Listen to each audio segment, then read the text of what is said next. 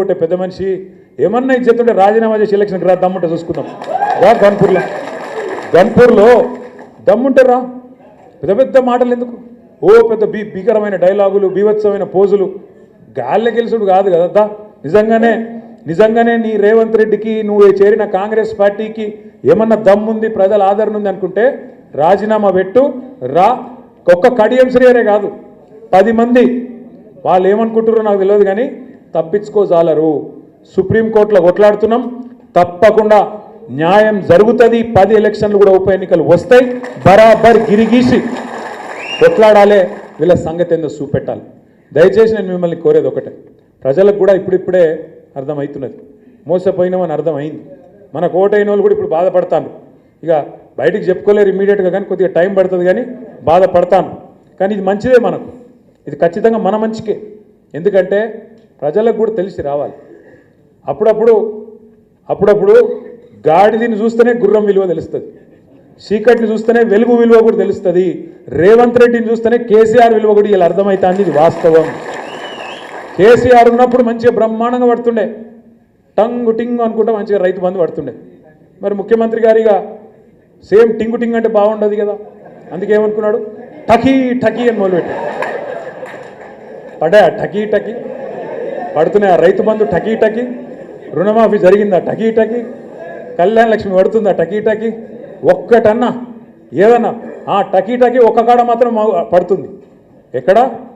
ఢిల్లీలో మాత్రం మోగుతుంది టకీ టకీమని. ఇటుకెళ్ళి సంచులు మోయాలి, ఢిల్లీలో ముఠ చెప్పాలి, పదవిగా పడుకోవాలి. గంతే కదా, ఒక్కటే ఉన్నది టకీ టకీ అని దోసుకోవాలి. ఇక్కడ బిల్డర్ల కాడ, కాంట్రాక్టర్ల కాడ, భూముల సెటిల్మెంట్ల కాడ గదే పని.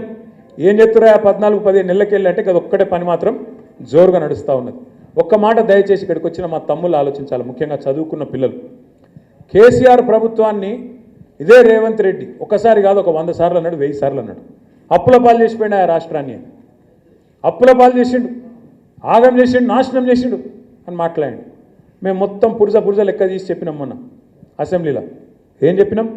మొత్తం 10 ఏళ్ల కాలంలో తెలంగాణ వచ్చినాక కేసీఆర్ ప్రభుత్వం చేసిన అప్పు సంవత్సరానికి 41,000 కోట్లు, సంవత్సరానికి 41,000 కోట్లు. సరే, కేసీఆర్ ప్రభుత్వం అప్పు చేసింది. అప్పుతో ఏం చేసింది అంటే కేసీఆర్ ప్రభుత్వం అప్పటిదాకా ఘోరాతి ఘోరంగా ఉన్న కరెంటు వ్యవస్థను మంచిగా చేసింది. 24 గంటల కరెంట్ ఇచ్చేటట్టు అద్భుతంగా, రైతులకు ఉచితంగా ఇచ్చేటట్టు అద్భుతమైన ఏర్పాట్లు చేసింది. సబ్స్టేషన్ లేని కాడ సబ్స్టేషన్ కట్టినాం, లైన్లు వేయాల్సిన కాడ లైన్లు వేసినాం, పోల్స్ వేయాల్సిన కాడ పోల్స్ వేసినాం, ట్రాన్స్ఫార్మర్ పెట్టాల్సిన కాడ ట్రాన్స్ఫార్మర్ పెట్టినాం, కరెంటు బాగా చేసినాం. అద్భుతమైన ప్రాజెక్టు కాళేశ్వరం, మొత్తం భారతదేశంలో కాదు ప్రపంచంలో అతిపెద్ద lift irrigation project. Kaleshwaram project కట్టేందుకు అప్పు చేసినాం, భవిష్యత్తు మీద పెట్టుబడి పెట్టినాం. నల్లా నీళ్ళు లేని దుస్థితి, ఆడబిడ్డల నెత్తి మీద కుండ పెట్టుకొని బిందె పెట్టుకొని కిలోమీటర్లు పోయే అవస్థ ఏదైతుండేనో దాన్ని మిషన్ భగీరథతోని బ్రహ్మాండంగా మొత్తం తుడిచిపెట్టి శాశ్వతంగా ఇంటింటికి నల్లా పెట్టి నీళ్ళిచ్చిన ప్రభుత్వం కేసీఆర్ ప్రభుత్వం. 73,000 కోట్ల రూపాయలు, ఒకసారి కాదు, 2 సార్లు కాదు, 12 సార్లు 12 కాలాలు మీకు రైతు బంధు రూపంలో 73,000 కోట్ల రూపాయలు 70 లక్షల రైతుల ఖాతాల్లో టైంకు టంచన్గా వేసింది కేసీఆర్ ప్రభుత్వం. 28,000 కోట్ల రూపాయలతోని 2 సార్లు ₹1,00,000 దాకా రుణమాఫీ చేసింది కేసీఆర్ ప్రభుత్వం. జిల్లాకు ఒక మెడికల్ కాలేజ్ పెట్టింది కేసీఆర్ ప్రభుత్వం. వరంగల్లో ఇవాళ మొత్తం తెలంగాణలోనే అతి పెద్ద హాస్పిటల్ కట్టింది కేసీఆర్ ప్రభుత్వం. మీ గన్పూర్లో Kaloji university of health sciences పెట్టింది కేసీఆర్ ప్రభుత్వం. మీ పక్కనే ఉన్న పరకాల్లో భారతదేశంలోనే అతిపెద్ద టెక్స్టైల్ పార్కు పెట్టింది కేసీఆర్ ప్రభుత్వం. మరి ఏం చేసిండు కేసీఆర్? సంవత్సరానికి 40,000 కోట్ల అప్పు చేసి అంటే నన్ను చదువుమంటే ఇంకో గంట చదువుతా. 200 గురుకుల పాఠశాలలు ఉంటే దాన్ని 1022 చేసిండు కేసీఆర్ ప్రభుత్వం. మరి నేను అడుగుతున్నా రేవంత్ రెడ్డి గారు, ఆనాడు మిషన్ కాకతీయ, ఇంకా చాలా ఒకటిగా అది చెప్పాలంటే చాలునే. ఆ రోజు అన్నవు నువ్వు కేసీఆర్ను 40,000 కోట్ల అప్పు చేసిండు సంవత్సరానికి అని అన్నవు. మరి ఇవాళ నీ ప్రభుత్వం వచ్చినాక 14 నెలల రేవంత్ రెడ్డి ప్రభుత్వం చేసిన అప్పు ఎంతో ఎరికేనా మీకు? 1,50,000 కోట్లు, 1,50,000. సంవత్సరానికి 40,000 కోట్లు అప్పు చేస్తేనేమో 40,000 తిట్లు తిట్టిరు మీరు. మరి 1,50,000 కోట్ల అప్పు నువ్వు చేస్తేవి. ఇప్పుడు కేసీఆర్ ఏం చేసిండు? అప్పు చేసి అంటే మంచినీళ్ళు ఇచ్చిండు, సాగునీరు ఇచ్చిండు, కరెంటు తెచ్చిండు, మెడికల్ కాలేజీలు కట్టిండు, కొత్త దవాఖానాలు కట్టిండు. నేను అడుగుతున్నా రేవంత్ రెడ్డి గారు, 1,50,000 కోట్ల అప్పు చేసినావు, ఒక్క స్కీమ్ చాలు చేసినావా? కొత్తగా ఒక్క పథకం ఒక్కటంటే ఒకటి, ఒక ఫ్రీ బస్సు తప్ప. ఇక ఆ ఫ్రీ బస్సు ఎంత అందంగా ఉందో నాకంటే బాగా మీకేరు. మహిళా సోదరి మనలేమో సీట్ల కోసం కొట్లాడతాను, టికెట్ కొన్న మా అన్నదమ్ములేమో పైసలు పెడితేనే నిలబడబడితే మన అన్నదమ్ములు కొట్టుకోబట్టి ఫ్రీ బస్సు గట్లున్నది. అదొక్కటి తప్ప ఒక్క పథకం ఏదన్నా అయిందా? ఆ రైతు బంధుకే దిక్కులేదు.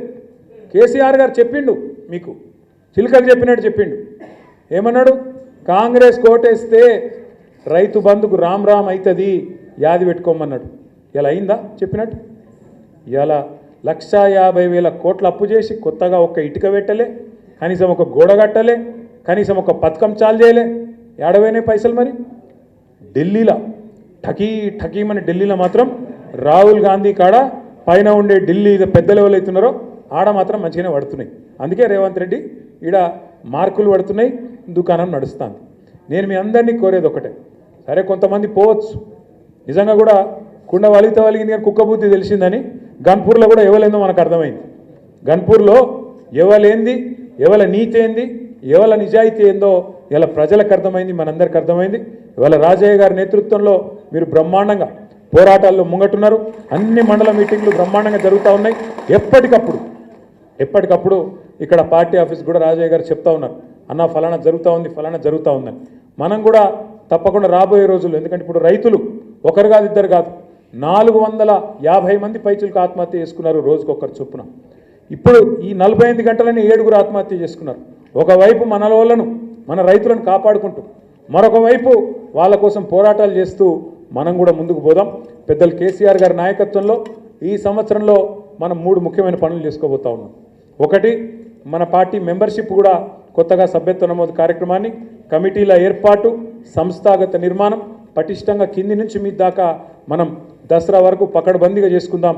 ఏప్రిల్ 27 తర్వాత చాలు చేసుకొని మన పార్టీ వార్షికోత్సవం తర్వాత బ్రహ్మాండంగా మనం ఒక 3-4 నెలల్లో మంచి కమిటీల నిర్మాణం కిందికెళ్ళి మీ దాకా బందోబస్తుగా చేసుకుందాం. నెంబర్ 1. నెంబర్ 2, ఎప్పటికప్పుడు ప్రజా పోరాటాలు. అది వీళ్ళు ఇచ్చిన 6 గ్యారంటీలు 420 హామీలు మాత్రమే కాదు, వీళ్ళు చెప్పిన ఇతరత్ర విషయాలు, రుణమాఫీ కావచ్చు, ఇంకోటి కావచ్చు, అన్నిటి విషయంలో బీజేపీ నోరు తెరవడు. ఎందుకంటే వాళ్ళకు మంచి ఒప్పందం ఉంది, నువ్వు కొట్టినట్టు చేయి, నేను ఏడిచినట్టు చేస్తా అంటారు తప్ప వాళ్ళిద్దరు ఏం చేసుకోరు. మళ్ళా కొట్లాడేది, నిలబడేది, తెలంగాణ ప్రయోజనాల కోసం కలబడేది కేసీఆర్ దండు, ఈ గులాబీ సైన్యమే తప్ప ఇంకొకరు కాదు. కాబట్టి ఇంకోవైపు ప్రజా పోరాటాలు కూడా కొనసాగించాల్సిందే.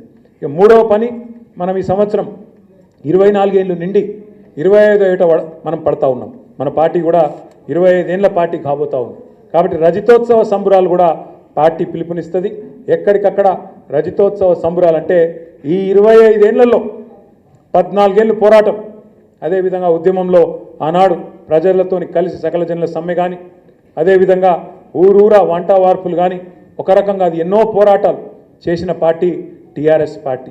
ఆనాటి పోరాట స్ఫూర్తిని, 10 ఏళ్ల ఆదర్శవంతమైన పరిపాలనను, ఈ రెండింటిని కూడా మేళవించి రజతోత్సవంలో ఆందోళన పదంలో కానీ పరిపాలనలో కానీ కేసీఆర్ గారి మార్కు ఎట్లుండేనో చూపెట్టే విధంగా, ప్రజలందరికీ గుర్తొచ్చే విధంగా రజతోత్సవాలు కూడా ఘనంగా చేసుకుందాం. మరి ఈ సందర్భంగా ఈరోజు బ్రహ్మాండంగా గన్పూర్ నియోజకవర్గం నుంచి